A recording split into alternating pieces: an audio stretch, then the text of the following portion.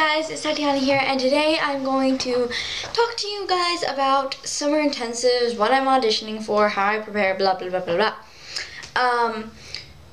This is my first year auditioning for summer intensives, and yes, I know I'm kind of old for it to be my first year, but there's more explanation on a video. I will put that here and link it in the down bar as per usual. Okay, anyway.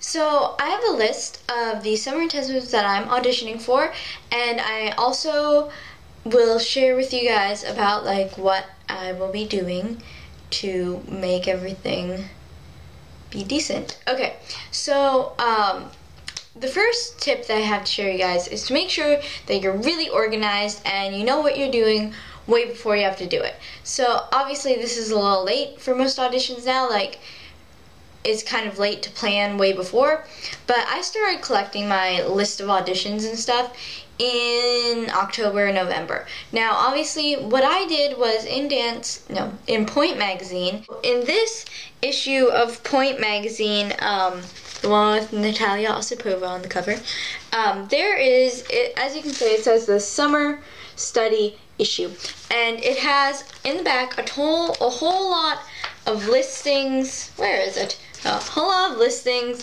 of different states with different summer intensives there, and then all the way in the back it has intensives in different countries, and it also has posters throughout the magazine.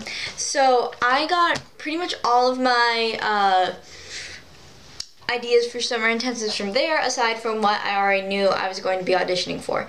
So that is how I got with this, and this is the December/January 2012 and 2013 edition. So a lot of dance studios I know order these like mine does, so you can ask your dance teacher if you can borrow it if you don't have a subscription, or you can order the magazine, or you can go to the library and get it out, or whatever you want, but this is very helpful. That is a little bit like a side tip, get this magazine, but back to being organized is making sure you have a list of where you're auditioning, and I put it like in a Microsoft chart, like a table. I had like where the audition is, what the audition date is, the tuition for the summer intensive, the classes that are offered, what state it's in, and its reputation. I think those were like not in that order, but I think that's like what was on the chart. And obviously some intensives haven't released their tuition yet, but I filled in as much as I could, and then everything was together for when I needed it. And then also I could just go to the site's website and figure out what I needed for the audition. So typically auditions will want you to have two pictures, a headshot and some sort of dance picture. In my case, I think all of the places I'm auditioning for are an arabesque picture. So I have mine right here.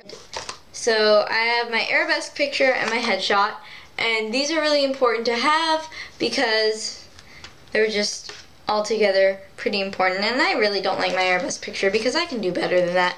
But this is what it looks like, in case you're wondering. I just feel like my knee looks really bent, even though my knees are built in such a way that the muscle looks really awkward, and I think I look like really chunky and stuff, but whatever, that's the way it went.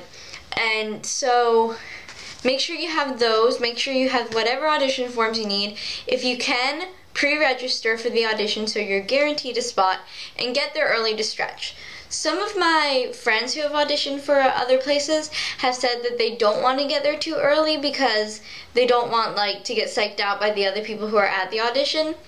But really, it's just like, if you can block them out to the point where they don't really bother you that much, then that's great.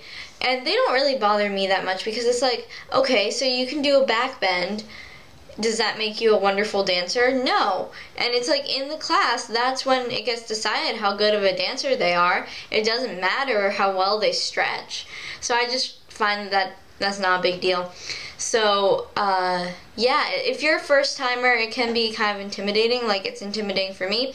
So I would definitely talk to your friends who have auditioned other places and who have had experience with this sort of thing, and ask them all their biggest tips for the auditions. Like, make sure you smile, make sure you look nice. It's like all this stuff that goes into it that other people won't notice unless it's out of place. So it's like if your hair's flying all over the place and you have to keep pulling it back and tugging at it, and then you miss part of the exercise because you're trying to readjust your hair, people will notice that. But if your hair is already perfectly in place, people won't notice. They won't be like, hey, her hair is perfectly in place. But they will notice if it's not, if that makes any sense. Okay, moving on. The places that I'm auditioning this year, I have 7 places, and I may only be auditioning for 6. I'm not really sure yet. But there's, in no particular order, Joffrey, Chicago, and Joffrey, New York, because they have like 2 different auditions.